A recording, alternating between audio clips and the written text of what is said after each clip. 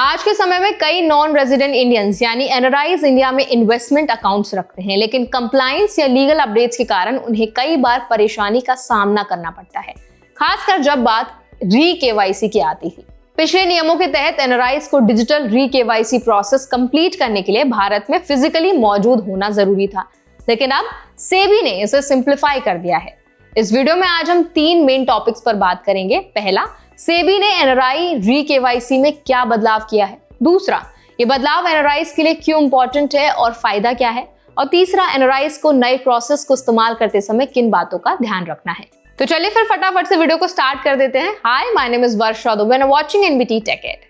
री केवाईसी का मतलब होता है री नो योर कस्टमर। ये एक पीरियोडिक प्रोसेस है जिसके दौरान फाइनेंशियल इंस्टीट्यूशंस और इंटरमीडिएटरीज किसी क्लाइंट के पर्सनल डिटेल्स को अपडेट या वैलिडेट करते हैं। पुराने रूल्स के तहत एनआरआई क्लाइंट्स को डिजिटली वेरीफाई होने के लिए भारत में फिजिकली मौजूद होना पड़ता था।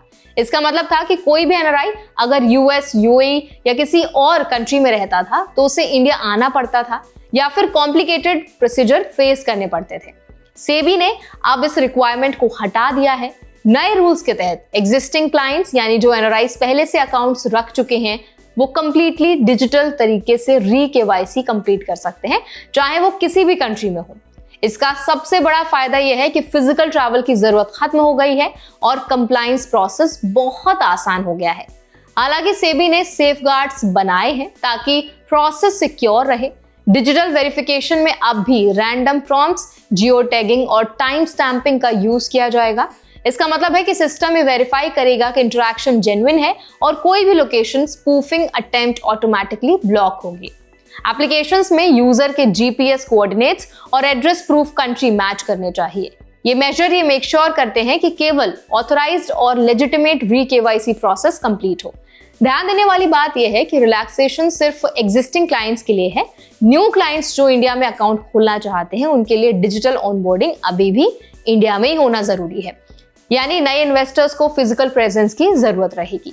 एनआरआईज के लिए बदलाव खास तौर पर यूएस, यूएई, यूके और अदर कंट्रीज में रहने वाले इन्वेस्टर्स के लिए बड़ा राहत वाला कदम है।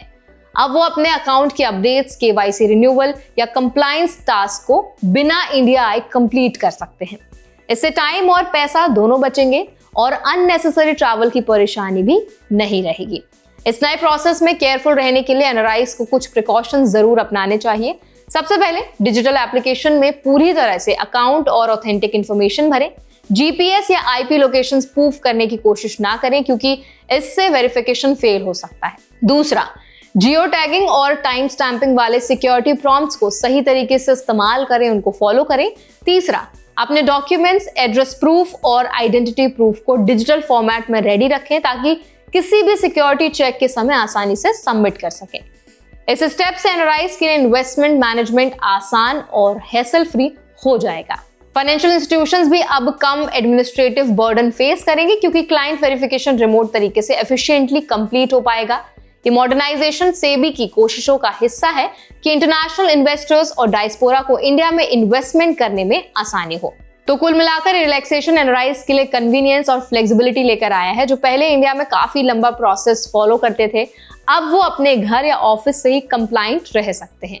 एक बड़ा स्टेप है सेबी की ओर से जो इंटरनेशनल इन्वेस्टर्स के लिए इंडिया को और अट्रैक्टिव मार्केट बनाता है। तो इस वीडियो से एनआरआईज को समझना चाहिए कि डिजिटल कंप्लायंस का सही तरीके से पालन करना अब और भी ज्यादा जरूरी है। ट्रांसपेरेंसी, ऑथेंटिसिटी और करेक्ट डिजिटल सबमिशन ही प्रोसेस को स्मूथ और सिक्योर बनाते हैं। अगर आप एग्जिस्टिंग अकाउंट होल्डर हैं और अभी तक री केवाईसी कंप्लीट नहीं किया है तो अब रिमोट तरीके से इसे पूरा करें और फ्यूचर कंप्लायंस हैसल से बचें। तो आई होप ये वीडियो आपके लिए हेल्पफुल रहा होगा। अगर आपके मन में कोई सवाल है, कोई क्वेश्चन आप हमसे करना चाहते हैं तो जरूर बताएं कमेंट सेक्शन में। ऐसे और भी अपडेट्स के लिए, वीडियोस के लिए, इन्फॉर्मेशन के लिए हमारे चैनल एनबीटी टेक एड को भी जरूर सब्सक्राइब करें।